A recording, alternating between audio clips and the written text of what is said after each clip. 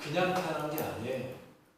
누구에게나 그 사람에게 맞는 목적을 가지고 태어나요. 그런데 그 목적을 향해 우리가 얼마나 잘 나아가느냐. 어떤 사람은 그 목적을 이루며 살아요. 어떤 사람은 그 목적과 별개의 삶을 살아요. 어떤 사람은요, 심지어 자신의 삶의 목적이 있다는 것도 모르고 살아요. 여러분, 여러분의 삶의 목적이 무엇인가요? 많은 사람들이 이 세상에서 자신이 원하는 걸 찾아 방황합니다. 자신이 원하는 게 삶의 목적인 줄 알고 살아요.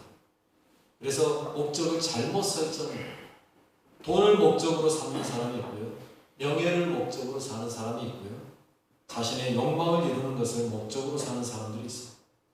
그러나 여러분, 그것은 진정한 목적이 아닙니다. 우리 삶의 분명한 목적을 바로 아셔야 합니다.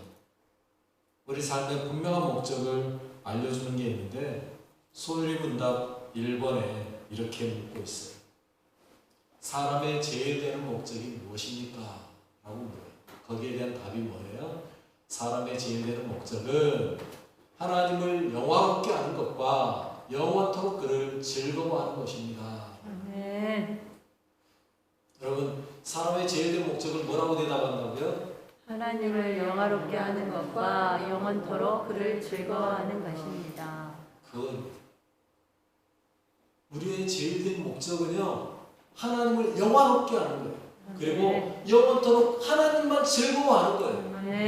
여러분, 이 세상 것의 즐거움을 찾아가면 그거는 허무한 거예요.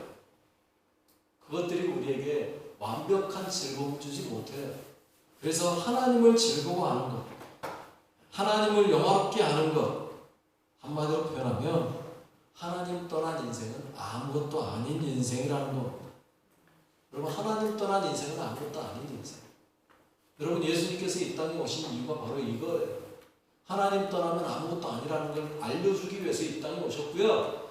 우리가 스스로 하나님을 찾아갈 수 없기 때문에 예수님께서 친히 찾아오셔서 우리에게 하나님을 찾아갈 수 있는 길을 만들어 주셨습니다. 십자가에 죽어주심으로 우리는 이제 하나님을 찾아갈 길이 생겼음을 믿으시기 바랍니다. 그래서 그 하나님을 향해 가는 거예요. 이게 우리 삶의 목적. 하나님을 영화롭게 하는 것, 영원토록 그를 즐거워하는 것. 여러분, 그래서요, 이거를 한마디로요, 이사야 43장 21절에 이렇게 이야기했어요. 읽어봅시다. 이 백성은 내가 나를 위하여 지었나니 나를 찬송하게 하려 함이니라. 아멘. 여러분, 여러분의 삶에서 찬송하는 것보다 더 즐거운 일이 있나요? 찬송하는 것보다 더 하나님께 영화롭게 하는 일이 있나요? 여러분, 찬송이 가장 즐거운 것임을 믿으시기 바랍니다. 아이고, 나는 노래도 못하는데 무슨 찬송을 하라. 그거 아니라고 제가 늘 말씀드리죠. 여러분, 찬송이라는 게 꼭 노래 불러서 부르는 이것만이 찬송이 아니라니까요. 여러분의 삶에서 하나님을 생각하고, 하나님 나 이렇게 할게요. 하나님 받으세요. 하나님 이거 좋으시죠? 이렇게 할게요. 말로 영광 드리는 하나님을 위하는 삶, 이것 자체가 찬송이에요. 찬송한다 그러면 다들 어려워하더라고요. 여러분이 생각하는 노래로만 찬송한다면 저희 교회에서 몇 명이나 할 수 있을까요? 찬양대에 앉아있는 분들이나 할까요? 그거 아니라는 겁니다. 분명하게 아십시오. 하나님을 바라보며 사는 인생이 곧 찬송하는 삶임을 믿으시기 바라겠습니다. 우리 옆 사람하고 이렇게 인사하겠습니다. 하나님만 찬양하며 삽시다. 하나님만 찬양하며 삽시다. 그게 우리 인생이 뭐라고요? 목적. 이 목적이라는 단어를 바꿔서 이야기하면 뭐라고 표현하냐면 사명이에요. 뭐라고요? 사명. 여러분, 우리가 그 사명을 깨닫고 살아가면 하나님을 위한 삶이 되는 거고요. 그렇지 못하면 타락하여서 하나님의 뜻과는 상관없는 인생 살다 지옥으로 가는 거예요. 우리에게 주어진 사명을 잘 깨닫고 가는 거예요. 그래서 그 사명으로 나아가는 거예요. 그런데 솔직한 이야기로 우리 사람의 힘과 능력으로는 사명 따라 사는 것 어렵습니다. 잘 안 됩니다. 내 힘만으로는 안 되는 게 사명으로 가는 길이에요.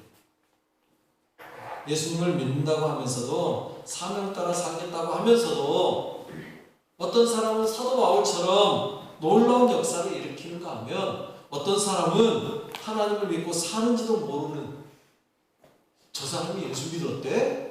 놀라는 그러한 삶을 살고 가는 사람도 있다는 이야기예요. 왜 이런 차이가 날까요? 이유가 뭘까요? 여러분 오늘 본문에 그 이유를 분명하게 가르쳐주고 있어요. 사명을 감당하는데 내 힘만으로 하는 게 아니라는 걸 알려주고 있는 거예요. 여러분 우리가 사명을 감당할 수 있는 힘과 능력은 어디에서 오냐면요. 오늘 본문에서 이렇게 표현했어요. 하나님의 영이 있느냐 아니면 없느냐. 여러분 하나님의 영에 충만하시길 바라겠습니다. 네. 하나님의 영에 사로잡힌 사람은 놀라운 하나님의 일을 할 거고요. 그렇지 못한 사람은 하나님 안에서 산다고는 하지만 흐지부지한 인생.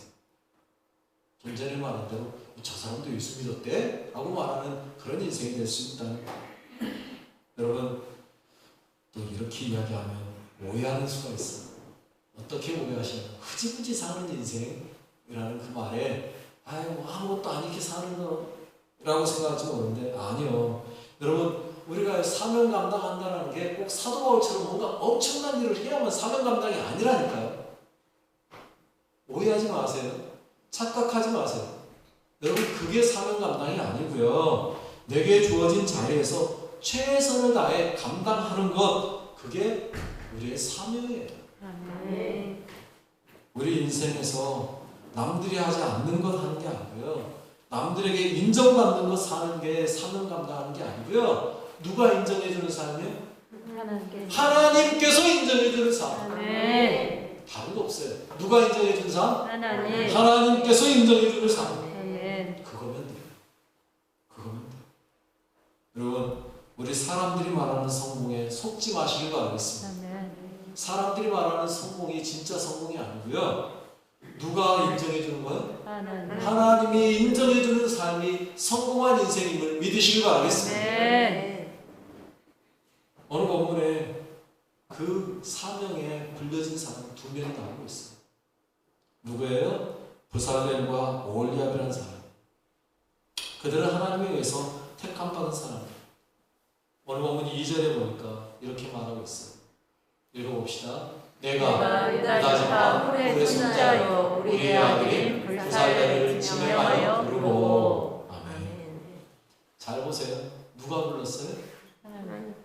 내가라고 표현했잖아요. 그런데 이 내가가 누구예요? 하나님. 하나님이 지명하여 부르는 거예요. 여러분 모세가 택한 거 아닙니다. 많은 사람들이요 실수하는 게 있어요. 목사님이 불러서 일시키는 거라고 생각해요. 여기는 제가 여러분들을 불러가지고 일시키는 줄 알아요. 네, 집사님 이것 좀 해주세요. 아니면 권사님 이것 좀 해주세요 하면 목사가 지명해가지고 시킨 줄 알아요. 아니요. 여러분 목사는 그냥 막 시키는 줄 아십니까? 하나님 앞에 충분히 기도해서 물어보고 하나님 누가 제일 잘할 수 있을까요? 이 일은 누구에게 부탁하면 잘할까요? 물어보고 그리고 떠오르는 그 사람. 이 말은 무슨 말이에요? 하나님이 시킨 사람, 하나님이 할 만한 사람, 그 사람을 시킨단 말이에요. 그 사람에게 부탁한단 말이에요. 그런데 대부분의 사람들이 뭐라고 하면 아우 나 같은 사람이 어떻게 그 일을 해? 네, 겸손해 보이죠? 죄송하지만 겸손을 가장 교만이라고 부르는 겁니다. 하나님이 명령하시면 그냥 가는 거예요. 하는 거예요. 그게 진짜 겸손이에요.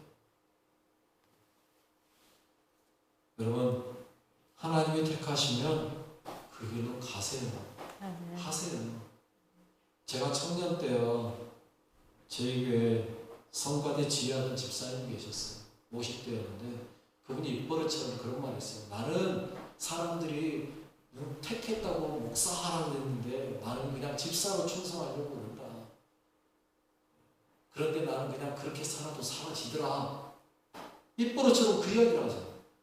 나 속으로 그 생각했어요. 아니 하나님이 목사로 불렀다는데 집사로 사는 게 충성인가?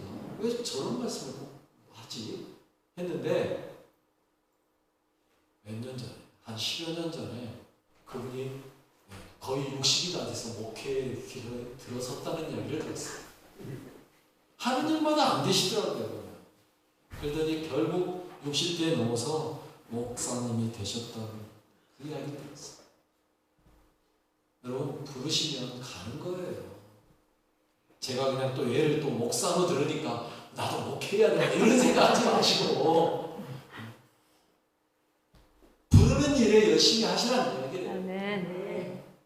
왜? 오늘부터 식사하는데 설거지 좀 담당해 주십시오. 하는 거예요. 가서 기쁨으로. 그게 사명 감당하는 거니까. 여러분 부르시면 응답하는 여러분 되시길 바라겠습니다. 아멘. 부살대를 하나님이 부르셨어요. 그리고 그를 부르는데 여러분 부를 때마다요 하나님이요 부르면 그냥 부르는 게 아니라는 걸 아셔야 돼요. 아멘. 이게 오늘 본문의 핵심이에요. 3절에 읽어봅시다. 하나님의 영을 그에게 충만하게 하여 지혜와 총명과 지식과 여러 가지 재주로. 여러분 잘 보시기 바랍니다. 하나님의 영을 어떻게 해요? 그에게 충만하게. 그냥 적당히 주시는 게 아니고요. 어떻게 줬다고요? 충만하게. 충만하게. 네. 이 말은요 넘칠 정도. 충만이라는 표현을 그렇게 하더라고요. 여기 컵이 있는데 컵에 물을 따라요. 따르다 보면 물이 꽉 차가지고 어떻게 돼요? 이렇게 약간 솟아오르죠. 거기서 한 방울만 더 떨치면 어떻게 되는 거예요? 또르륵 따라 내려오는 그 상태가 충만이에요. 거기서 한 방울만 더 집어넣어도 떨어질 것 같아요. 그 상태.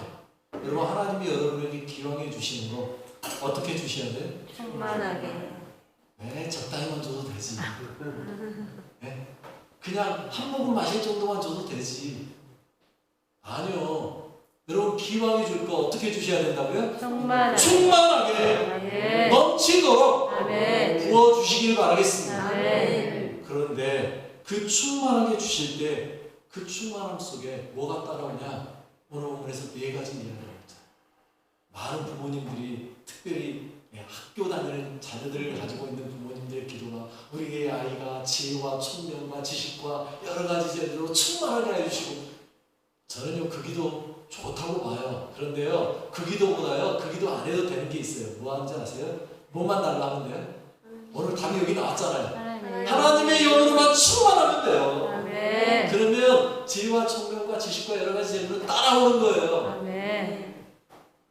여러분 오늘 본문의 부사를 보십시오. 그에게 하나님이 그거 주겠다고.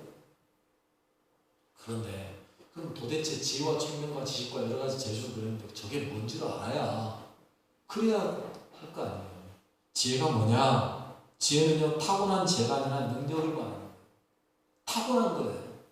여러분 우리 애들도 보니까요 타고난 것들이 있어요. 저 같은 경우에 학생 때요 늘 고민했던 게 뭔지 아세요? 나는 도대체 잘하는 게 뭘까? 나는 도대체 잘하는 게 뭘까? 잘하는 게 없어. 네. 운동도 적당해. 아주 뛰어난 것도 하나도 없어. 남들이 공 차자 그러면 공 가서 차기는 하는데 아주 뛰어나지는 않아. 그래서 선수로 뽑힐 정도는 아니야. 뭐 농구를 해도 선수로 뽑힐 정도도 아니야. 뭐 공부도 그렇다고 뭐 아주 잘하는 것도 아니야. 아주 뛰어난 게 하나도 없어요. 그래서 난 도대체 잘하는 게 뭘까 했는데 목사 되고 나니까 알겠어요. 하나님의 말씀은 기가 막히게 깨달아져. 그걸 내지 뭐. 여러분 제게 주신 지혜 이거 받고 말하면 우리들이 말하는 달란트. 또 어떤 사람은요 총명이 있어요. 총명은 뭐냐면 어려운 이치를 바로 얘기하고 깨닫는 거예요. 남들은요 3번 4번 설명해줘도 잘 몰라. 그런데 이 사람은요 그냥 한번 딱 보면 알아. 우리 김성훈 장로님처럼 뭐 일하는 거 딱 보면요 할 수 있겠습니까? 그러면은 딱 보면은 하겠는데요? 이게 총명이에요. 그냥 한번 딱 보고 깨닫는 거예요. 이건 이렇게 하면 되겠네. 답이 나오는 거죠 그냥. 부살레 같은 경우에 저는요 아무리 생각해봐도 한 달란트 금덩이를 두드려가지고 금등대 만들어라 그러면 내 머리로는 도저히 방법이 없을 것 같아요.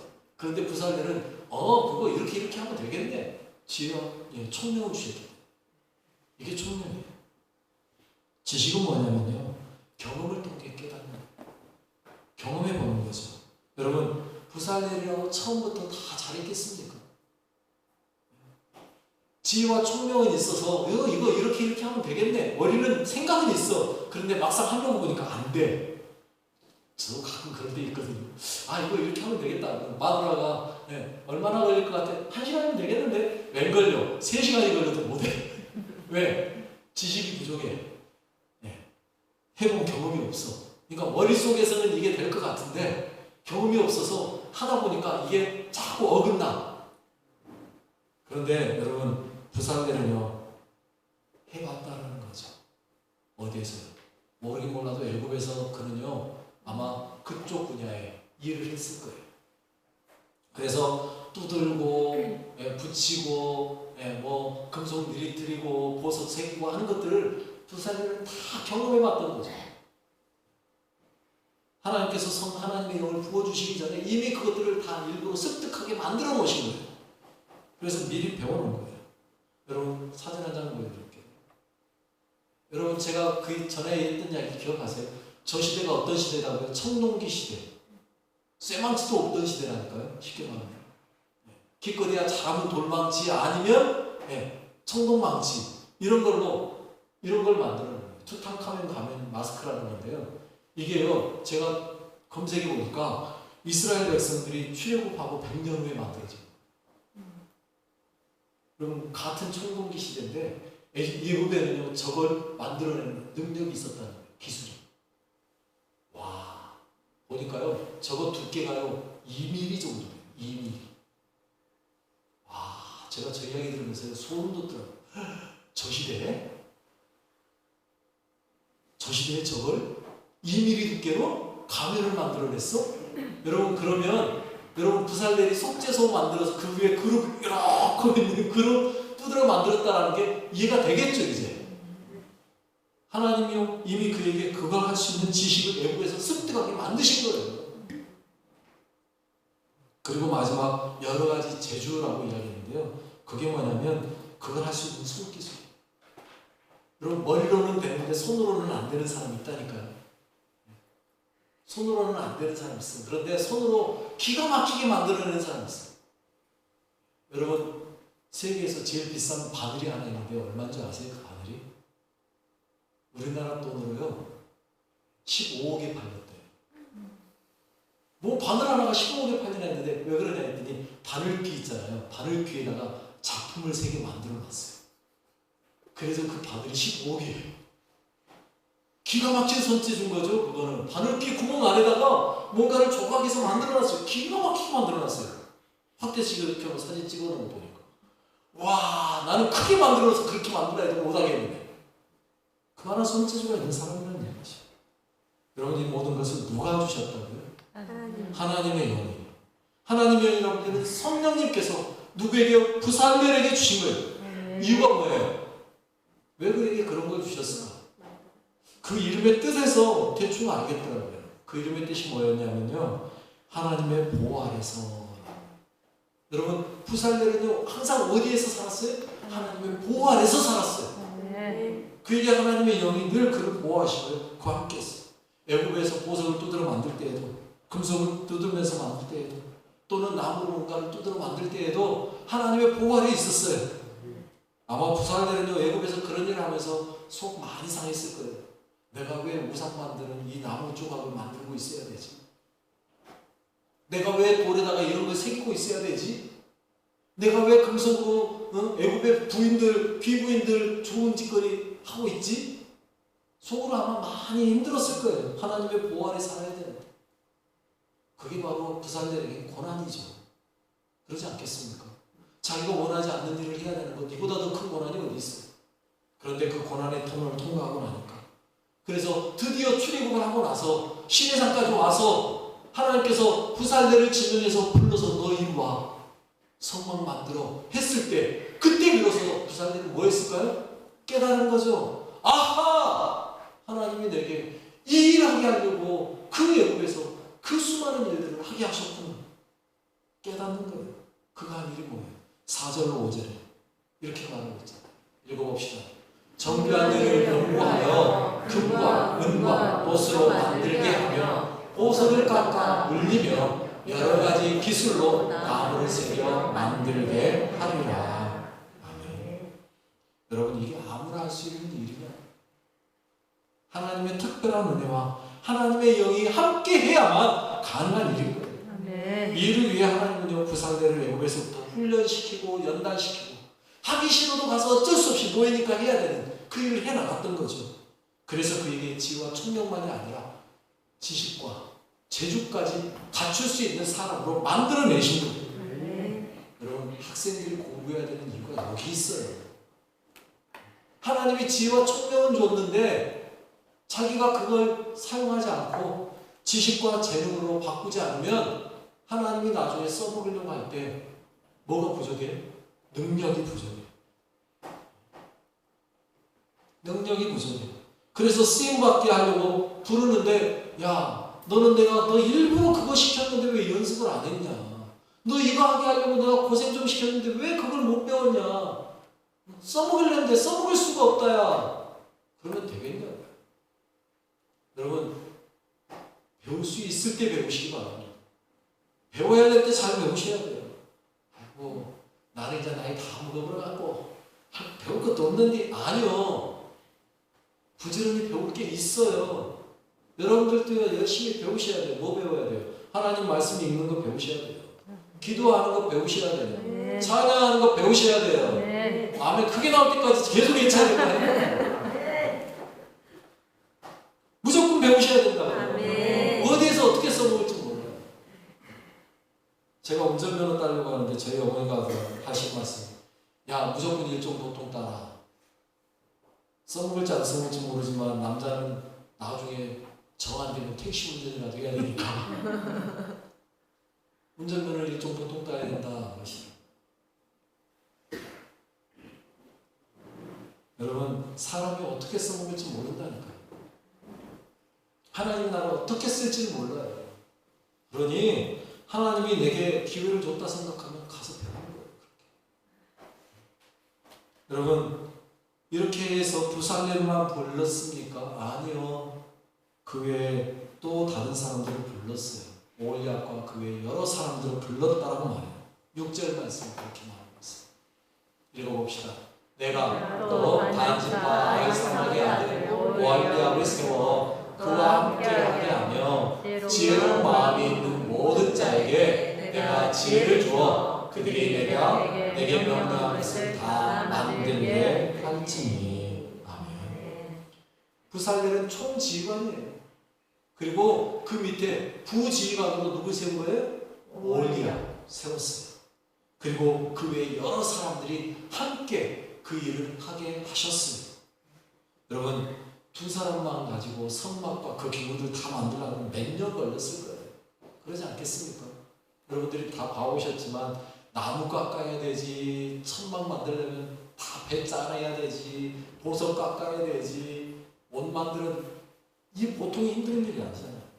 그런데 그 일을 위해서 모두가 함께 했어요. 모두가 함께. 여러분, 하나님의 일은 그런 겁니다. 모두가 함께 하는 거예요. 누구 한 사람이 책임은 져야 되지만, 나는 책임자 아니니까 나는 몰라 하면 그 일은 이루어지지 않아요. 함께 해가는 거예요.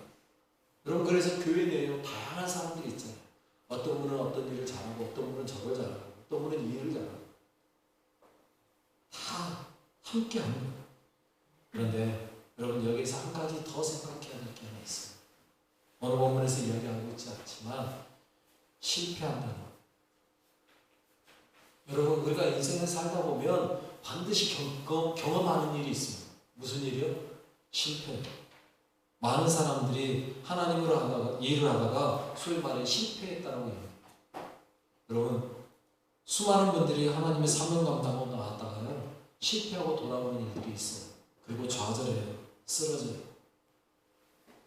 그러나 여러분, 분명한 사실은요, 그게 실패가 아니라는 거예요. 왜? 부살렘이 애굽에서 우상 섬기는 거 만들어냈다 해서 그게 부살렘의 인생의 실패인가요?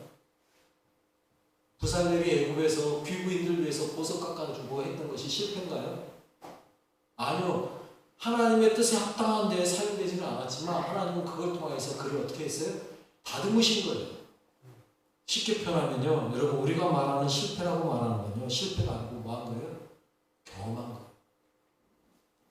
혹시 여기에 나는 인생에서 실패했다, 나는 인생에서 낭망될 일이 있었다 라고 생각하시는 분 있다라면 생각을 바꾸십시오.